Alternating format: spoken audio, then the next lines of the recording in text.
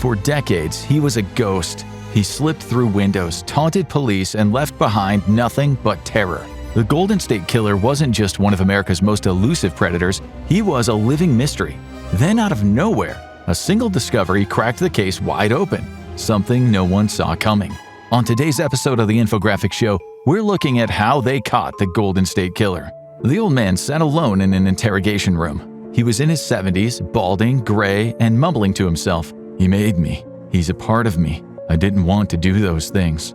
Joseph James DeAngelo seemed like a man who had done everything right in life, happily married with 3 children, university educated in criminal justice, a Vietnam veteran, a police officer. But that didn't mean that there wasn't a darker side. In the mid-70s, while working as a cop in the burglary unit in Exeter, California, he spent his nights lurking around quiet neighborhoods. At first, he was just watching, studying houses, learning their routines, their weak spots. But curiosity turned into something more sinister. Watching wasn't enough anymore. He started breaking into homes, rifling through drawers, tossing women's underwear around, stealing small, meaningless things, earrings, cufflinks, medallions, and coins from piggy banks. It wasn't about making money, it was about feeding an urge he couldn't control. As a former burglary investigator, he knew every way into a home. The weak window latches, the unlit corners where he wouldn't be spotted, even the sound a door made when it wasn't quite locked. He always wore gloves and a mask, and like many burglars driven by dark impulses, he liked to leave surprises, bottles balanced on doorknobs ready to crash to the floor the moment the terrified family got back home. It wasn't so much the break-in that mattered, it was the terror he knew people would feel. But it couldn't stay that way forever. He had been stalking the 16-year-old daughter of a journalism professor in Visalia, the city where most of his burglaries had taken place. Around 2 in the morning, the professor woke to strange noises, muffled cries coming from his daughter's room. When he threw open the door, he came face to face with a man in a ski mask trying to drag her outside. The intruder shouted a threat, then opened fire. 2 bullets struck the father, killing him instantly. The girl fought back, kicking and scratching. She thought he was going to shoot her too, but he took off into the night. In December 1976, a teenager was home alone, her parents away at a Christmas party. As she was practicing piano, a masked DeAngelo crept up behind her. "Do what I say," he whispered in her ear, "or I'll kill you and be gone in the dark." For 2 hours, he assaulted and tormented her like she was his slave, but he let her live. Gagged, blindfolded, and shaking, she managed to get free and call for help. His compulsions drove him to do the same to dozens of young women in the suburbs of East Sacramento. He would first scout a home, always near a trail or a creek, somewhere he could vanish into the night without being seen. He would watch the occupants, usually single women. Sometimes he would call the house to learn who was home, other times just to terrify her with the sounds of his breathing. He was thorough, always. He would spend weeks, even months, ensuring that the night he chose to spring his trap, they would be home alone and in a vulnerable state, usually sleeping with a door or a window open. His attacks became so frequent that women from the suburbs bought dogs and handguns. In May 1977, the LA Times wrote that on some streets, residents banded together to protect the vulnerable. At least one person would stay awake, keeping watch. By this point, DeAngelo had amassed 23 break-ins with 11 attacks against women, and he was just getting started. He almost always chose middle and upper-income neighborhoods. While he preferred to prey on women who lived alone, he didn't discriminate. Couples and, worse, families with children were all fair game. He was careful not to be seen, but his description was already in the news. White, male, maybe age 19 to 30, with dark blonde or brown hair. And it turned out to be fairly accurate. If there was a husband or a boyfriend, DeAngelo knew he would be asleep, and when he woke up, there would be a gun in his face. Staring down at them was a man in a mask, the eye slits barely visible in the dark. His voice was calm, commanding. The woman was ordered to tie her partner's hands and feet with rope or shoelaces. He would take the woman to another room, but first he would stack dishes or cups on the man's back. If anything broke, the woman would die, and the partner would be next. It was terrifying. Eerily similar to what California would face a decade later when Richard Ramirez, the Night Stalker, began stalking suburban homes in the dead of night. DeAngelo was the original Night Stalker, not quite as devilish but equally evil and much smarter. He struck again and again. On one occasion, the victim was a teenage girl, but this time it was the mother who had to sit there with the plates piled on her back as cries rang through the house. If DeAngelo heard the plates fall, he threatened to cut off her daughter's fingers. He would take his time, sometimes spending hours at the house. He would go through every drawer in every room. He would upturn cupboards and root through bags. He'd sit in the kitchen eating sandwiches and drinking orange juice from the fridge. Sometimes the victims thought he had gone, and they would shift slightly and the plates would rattle, and then his silhouette would appear in the doorway. From June 1976 to June 1979, he broke into at least 50 houses, leaving dozens of victims in his wake. He had killed the professor, but so far, he had let his other victims live. That was about to change. No one knows exactly what pushed him further into violence, but 1979 was the year he was fired from the police force. He'd been caught shoplifting a hammer and a can of dog repellent, handy tools for a man who broke into homes, and he preferred not to leave a paper trail. He then threatened to murder the police chief, even stalking his house. Still, no one even remotely suspected he was the man terrorizing suburban Northern California. On the outside, D'Angelo was a regular, happily married guy. Still, in the early 70s, signs were there he had a problem with women. He had been close to a girl named Bonnie. She was 18 when they were both students at Sierra College in Rocklin, California. It seemed like a good match, for a while at least. As time went on, she saw that her new boyfriend had absolutely no respect for authority, always breaking rules. If she ever complained, he was prone to outbursts. So when he bought her a solitary engagement ring, she wasn't sure that she wanted to take the plunge. When she refused to help him cheat on an exam, he lost it, turning up at her house with a gun, tapping on her window and demanding they elope.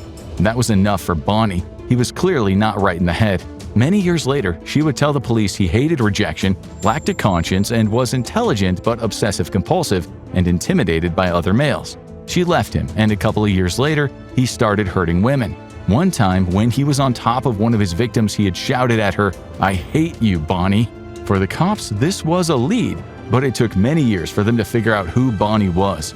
If D'Angelo had problems with Bonnie, he seemed to get along with Sharon, the woman he married in 1973, a year before his burglaries began.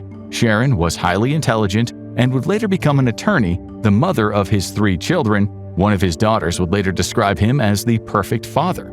He was living a double life, making believable excuses that he had to spend a lot of time out in the evenings at night. For them, he was a stand-up citizen who just worked hard. After all, before his job as a cop, he had served with the Navy in Vietnam. Still, it seems his problems started with the military. As a young boy, he had seen 2 U.S. Air Force soldiers abuse his sister when his strict military father was stationed in Germany. Details are scarce, but his sister would later say their dad beat him severely. He was clearly damaged goods as he got older. In school, he became a habitual thief and tortured animals. To his family, he was the perfect father. Camping trips, fishing lessons, the portrait of normalcy. But his niece later said, "I feel like someone else was inside him, someone I never knew."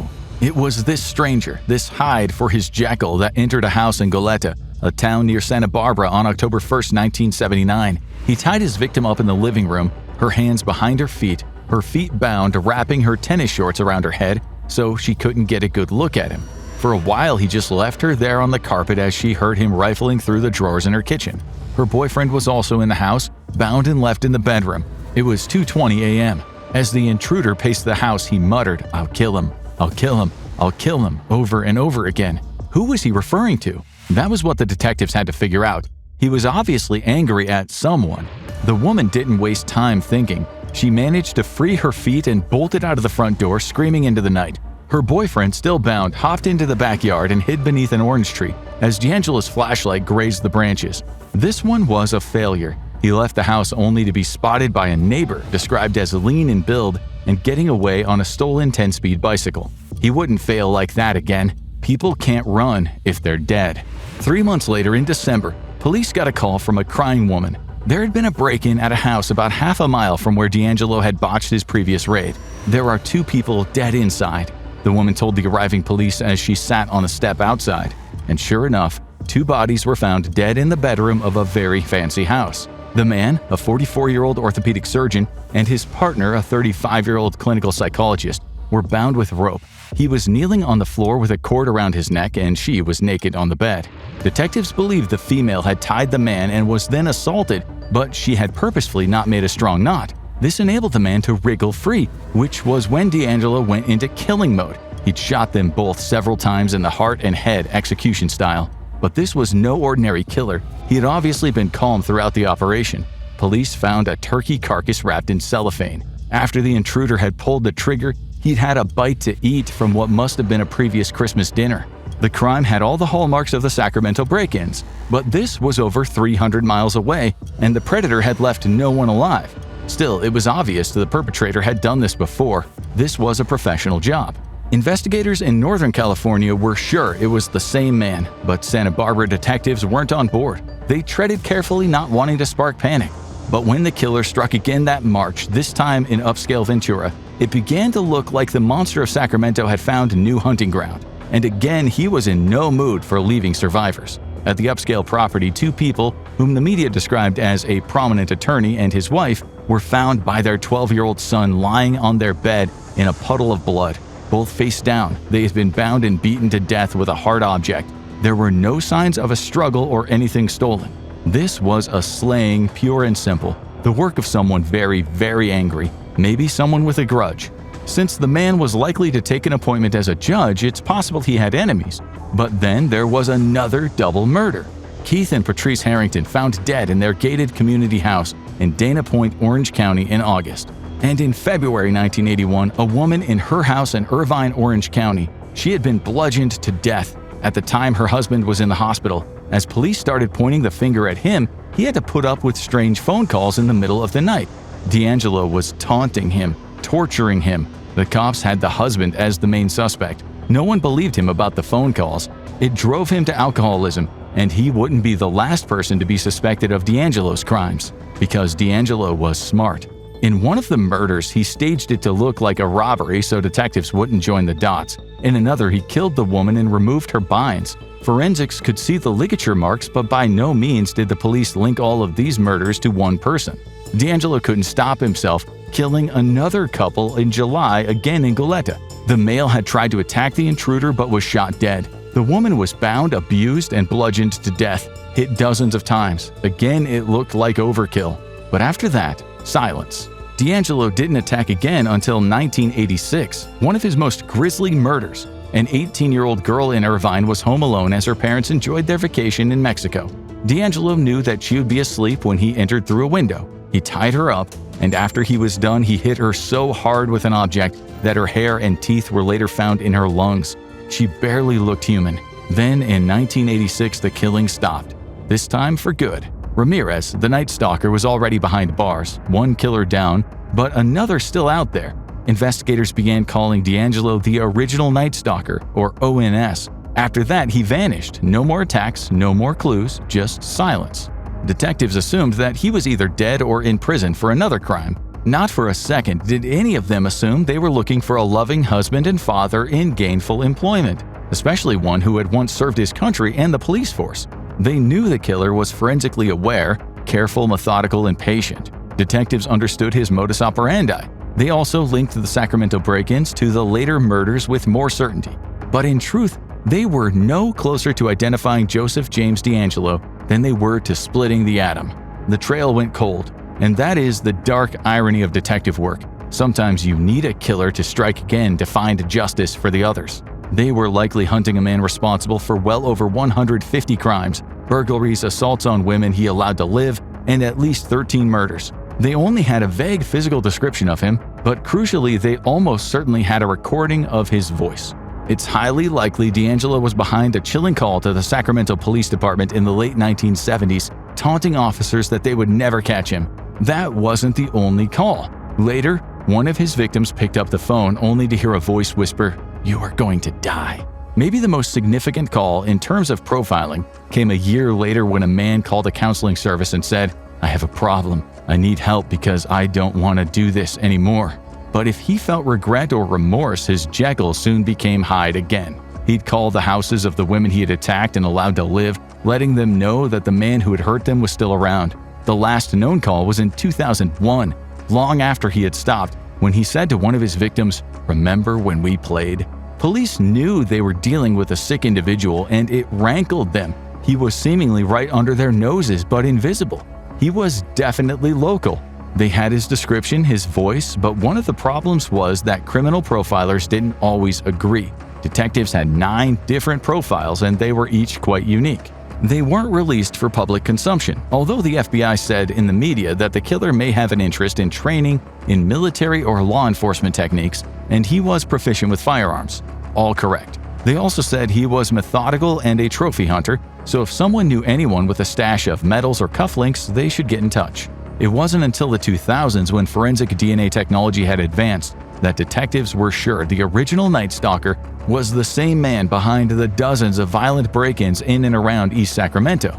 Still, they were lost. The case was dead in the water until someone had a flashbulb moment years later. In the 2010s, millions of people with a few spare dollars were mailing off their saliva to genealogy companies. After a quick DNA test, the results came back telling them their ancestors were from Scotland, Norway, and Angola.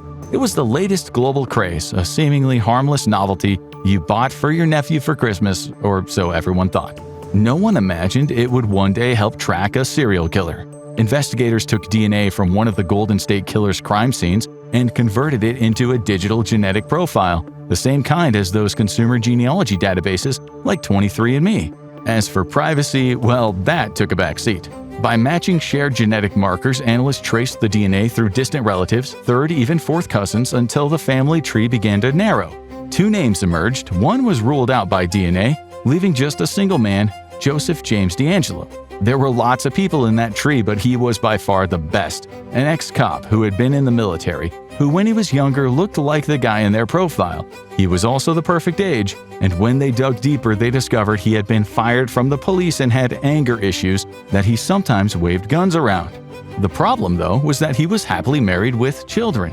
Then again, so were John Wayne Gacy and the BTK. Sometimes normality is the best shield. Still, detectives weren't quite ready to spring their trap. In the media, he was now known as the Golden State Killer, a name coined by writer Michelle McNamara, who investigated the case for years. Not long before her death, she wrote an article for LA Magazine in which she explained the killer liked to bomb neighborhoods, literally attacking house after house all within a short distance of each other. She said he called the victims already traumatized by his late-night visit to breathlessly inform them, "I'm going to kill you." She wrote, "He was a phantom who kept his victims perpetually frightened with the threat that he lurked." The case drove her to the edge of madness. She barely slept at night, hardly ever hugged her daughter, and then she died right before the police cracked it wide open.